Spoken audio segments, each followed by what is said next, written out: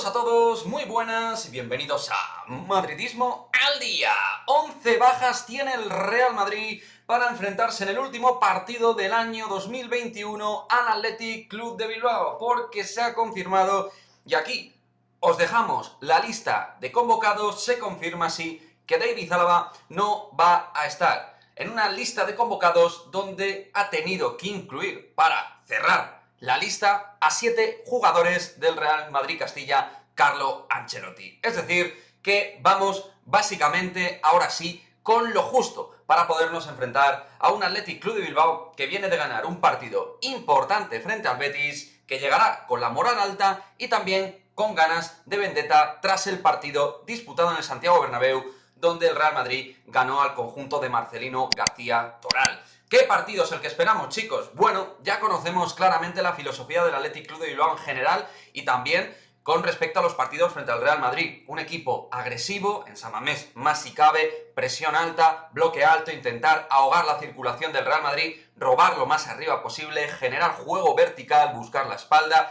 de los centrales, el juego de rechaces, la segunda jugada y generar profundidad por banda. Un juego que en principio pues nos va a generar problemas ante un equipo agresivo, pero es verdad que en su defensa podemos encontrar la virtud, porque es un equipo que también deja espacios, ha tenido en algunos momentos algún fallo defensivo, aunque en líneas generales es un equipo de nivel alto dentro de la liga a nivel defensa, es un equipo que encaja pocos goles y atención, como vimos en el partido del Santiago Bernabéu, atención a la estrategia ofensiva, porque es un equipo que trabaja mucho la estrategia y que va muy bien por arriba. Por lo tanto, algunas de las claves del partido, donde, entre otras múltiples bajas, por ejemplo, cabe señalar que no estará Alaba, pero también en el centro del campo jugaremos sin Modric de nuevo y sin Carlos Enrique Casemiro, que por acumulación de tarjetas no jugará el partido. Así que llega con lo justo y da la sensación de que el 11 no es prácticamente seguro con lo que tiene, pero nos podemos hacer una idea de lo que puede sacar.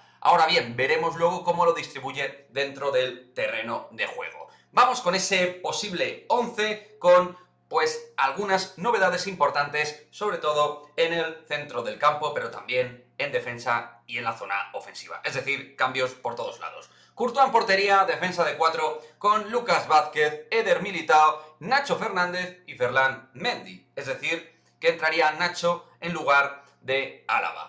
Centro del campo, Eduardo Camavinga haría las funciones de Casemiro, Fede Valverde y Toni Kroos. Y arriba, Hazard, Benzema y Vinicius. Escuchando al míster en rueda de prensa, no ha confirmado ni mucho menos que vaya a jugar Hazard. De hecho, no descarto que pueda jugar en un partido duro a nivel físico Luka Jovic, pero me parece que va a apostar por Eden Hazard, que además terminó bien sus primeros 90 minutos después de mucho tiempo. Así que creo que va a apostar por el que, pues a mi juicio, fue el jugador más activo en la segunda parte frente al Cádiz.